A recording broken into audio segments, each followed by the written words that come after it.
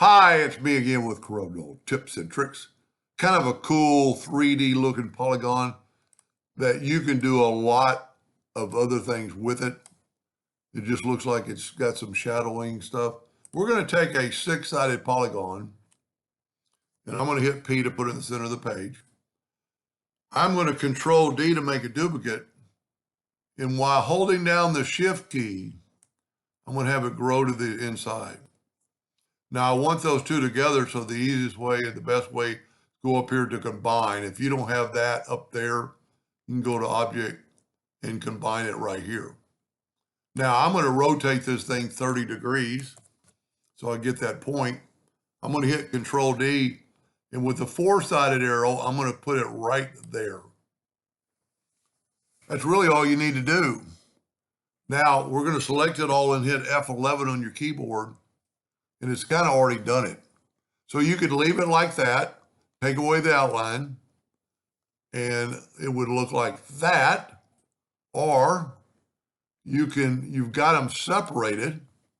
You haven't put them together, so let's back up completely to where we put that color.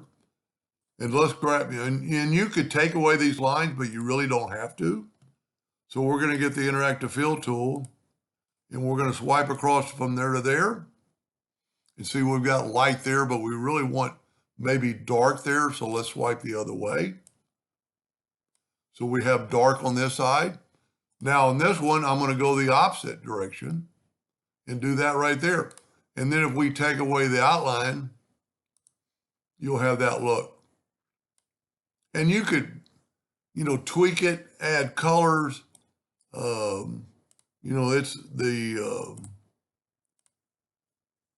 It's just endless what you could do. I mean, you could put we've already got white there, so that's going to make it too much white. Let's put a light gray there.